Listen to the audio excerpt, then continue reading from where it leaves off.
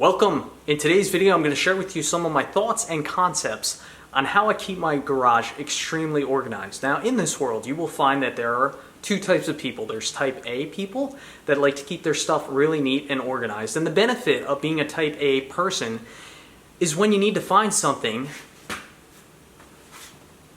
it can be really easy to find something.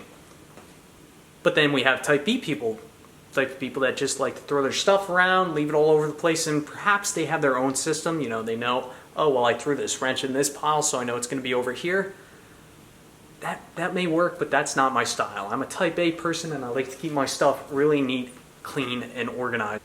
All right, so first things first, let's do a quick overview of these shelves. I mean, take a look at this. It's neat, it's appealing, and it's really easy to find something. In fact, let's do a quick test. Of course, you know, I kind of know where everything is, but let's say I wanted to find string or cordage. That bin's right here, so I go to the label, various tapes, string, cordage, elastic string. Here we are. In a matter of 6 or 7 seconds, I was able to locate the item that I was looking for, and again, in a matter of 3 or 4 seconds, I was able to put everything back where it belongs, so it's just as clean, neat, and organized as it was when I started. So, what are the 3 key components to having an incredibly neat and organized garage organization system?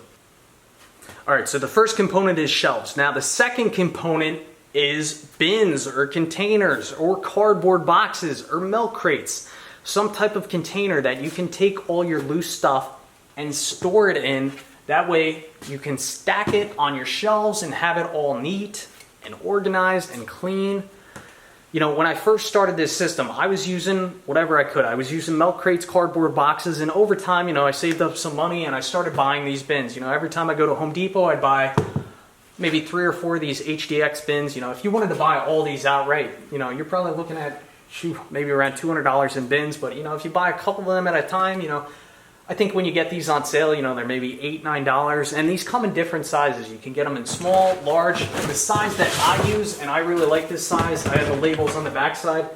These are 12-gallon bins, and these work out really well. So, you know, when you are building your shelves, if you decide to build shelves on your own, just make sure you design them so that they can properly fit these bins. And I was really fortunate in that these pre-made shelves were the perfect size for these 12-gallon bins. So we have shelving, we have bins, so you can take all your loose stuff and store it, especially combining similar items into one bin.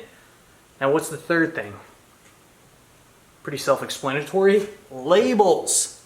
Labels are critical. So you don't have to go out to Staples and buy one of those fancy label makers. Do what I do.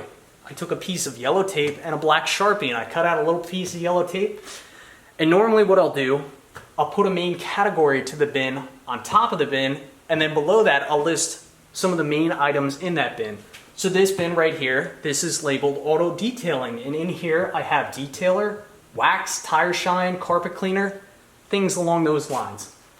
If I go up here, this bin is comprised of auto parts. So there's some power steering hose in here, F-150 hubcaps, toolbox liner, misc hose, like fuel hose and stuff like that, clear hose, airline hose. So if you follow my instructions and you follow the 3 key components that I've mentioned in order to make a proper garage organization system, shelves, bins, and labels, this system will literally change your life, because you've taken all the loose clutter around your garage and now it's stacked neatly along the wall. You can put a lot of stuff on these shelves, and just whenever you want to find something, boom. It's right here. What an awesome system. And at the end of the day, really anybody can build this. All you need is really a simple hand saw, if you don't have a skill saw or a miter saw, and just a drill, a couple screws, and you can build shelves. Really, not that hard. Now it goes without saying, you will find items that will not fit in your bins. So when you're building or designing your shelves, just keep that in mind. For example, all my material, all my metal, clearly it's not going to fit in the tote. So what I've decided to use this bottom shelf to keep all my spare metal stock. And additionally, what about something like chains? They're really heavy. I don't want to keep them in the boxes up there. So I decided to keep them in a milk crate on the floor slightly recessed underneath shelves. You know, it's not perfect. They stick out maybe 4 inches from the shelves, but I'd much rather have that on the ground, because if I put chains in one of those boxes, it wouldn't be a surprise, but it'd be really heavy. So, you know, just keep these things in mind when you're designing your shelves. Also, keep in mind that you don't have to keep everything in bins. For my commonly and frequently used items such as motor oil, bar and chain oil, Sta-Bil, spray paint, WD-40 penetrating oil, PB blaster, things like these where I find myself continuously using, I'd rather keep them out on the shelf open like this. And also note that I put down a piece of cardboard, so if anything drips or leaks, it's not getting absorbed into the shelf. So it's just a little idea right there. And also when it comes to screws and fasteners, I find keeping them out like this, like these are little sandwich containers that, you know, you get at the supermarket or Walmart. You know, each one of these probably costs 10 cents. And as you can see, I've taken just a little piece of yellow tape. I've labeled what the screws are, what the head of the screw looks like, what the tip looks like, and this just gives me a better idea of what is in this container before I go and open up. And these bins right here, I mean, they still need some work. Now, if we go to the other side of the garage, you will see that these shelves are a mess, and I've been slowly chipping away at this side.